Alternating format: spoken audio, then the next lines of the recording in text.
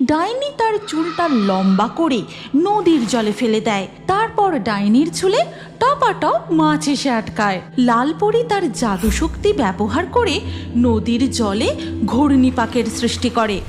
অনেক দিন আগেকার কথা, যখন পরীরা আর ডাইনিরা একসাথে মিলেমিশে বসবাস করত। কিন্তু একদিন ইলিশ মাছ নিয়ে তাদের মধ্যে তুমুল ঝগড়া শুরু হয়। তারপর থেকেই নদীর ওপারের গ্রামে পরীরা বসবাস শুরু করে আর এপারের গ্রামে ডাইনিরা। না না, এভাবে আর মেনে নেওয়া যায় না। আমাদের ভাগের মাছ পরীরা বেশি ধরে নিচ্ছে, আমরা তা হতে দেব না। হ্যাঁ হ্যাঁ, ডাইনি একদম ঠিক কথা বলেছে। আমরা এটা মানব না। ইলিশ মাছ আমাদের প্রিয় খাদ্য। তোমরা কেন বেশি মাছ ধরবে? কখনো না, আমাদের ভাগের মাছ আমরা নদী থেকে ধরেছি। তোমরাও চেষ্টা করো, তোমরাও ঠিক ইলিশ মাছ পাবে। এই দুই গ্রামের মাঝে নদীতে আসা মাছের উপর সবার সমান অধিকার আছে। যে যেমন খুশি মাছ ধরতেই পারে। নদীর এপার আর ওপার থেকে ডাইনি ও পরীদের মধ্যে তুমুল ঝগড়া চলতে থাকে। ঠিক তখনই আকাশে কালো মেঘ জমে শুরু হয় মুষলধারে বৃষ্টি। হঠাৎ করে বৃষ্টি? এ নিশ্চয়ই ওই পরীদের কারসাজি, যাতে আমরা আর মাছ না ধরতে পারি। চল ডাইনি, ঘরে ফিরে চল। সবেতেই আমাদের দোষ, তাই না? নাচতে না জানলে উঠোন বেঁকা। চলো নীলপরি, আমরা বাসায় ফিরে যাই। এই বলে পরীরা ও ডাইনিরা যে যার ঘরে ফিরে যায়। এমনই একদিন দুই গ্রামের ডাইনি ও পরীদের ঝগড়া দেখে টুনি পাখি উড়তে উড়তে প্রকৃতি দেবীর কাছে পৌঁছায়। হে প্রকৃতি দেবী, দিন দিন দুই গ্রামের ডাইনি ও পরীদের মধ্যে ঝগড়া বেড়েই চলেছে। আপনি ওদের থামানোর কিছু একটা ব্যবস্থা করুন। হ্যাঁ, এবার ওদের থামানো উচিত। যে ছোট ছোট কারণে ওরা নিজেদের মধ্যে ঝগড়া করছে, সেই ভুল ওদের বোঝাতে হবে। হে প্রকৃতি দেবী, আমি যখন খাবারের খোঁজে ওই গ্রামের উপর দিয়ে যাই, তখন দেখি পরীরা আর ডাইনিরা ঝগড়া করতে ব্যস্ত। এরপর প্রকৃতি দেবী তার বন্ধু স্বর্ণ জলপরীকে স্মরণ করতে থাকে। আর কিছুক্ষণের মধ্যেই স্বর্ণ জলপরী প্রকৃতি দেবীর নদীতে প্রকট হয়।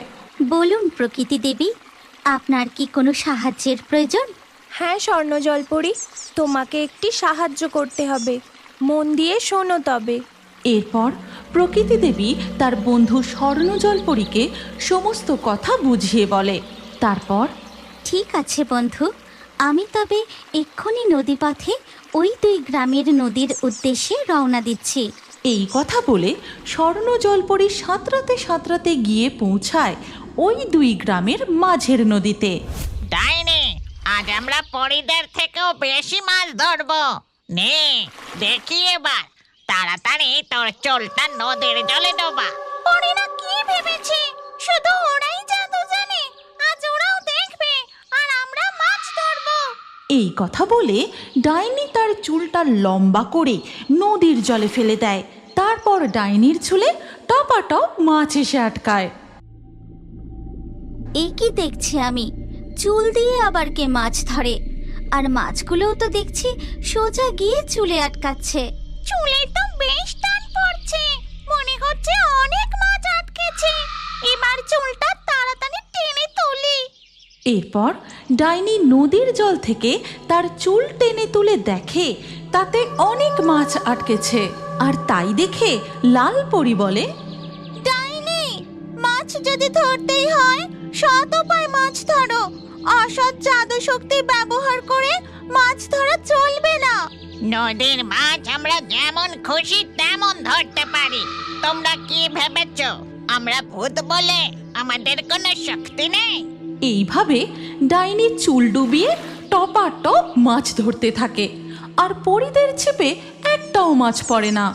লালপরি, এবার আমাদেরও জাদু শক্তি ব্যবহার করতে হবে, না হলে ওই ডাইনিরা সব মাছ ধরে ফেলবে। তুমি ঠিক বলেছো নীলপরি, এবার আমি আমার সর্বশক্তি ব্যবহার করব।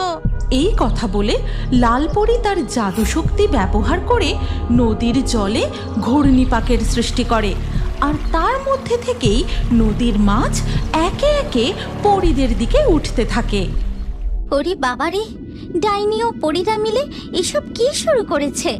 দেখছি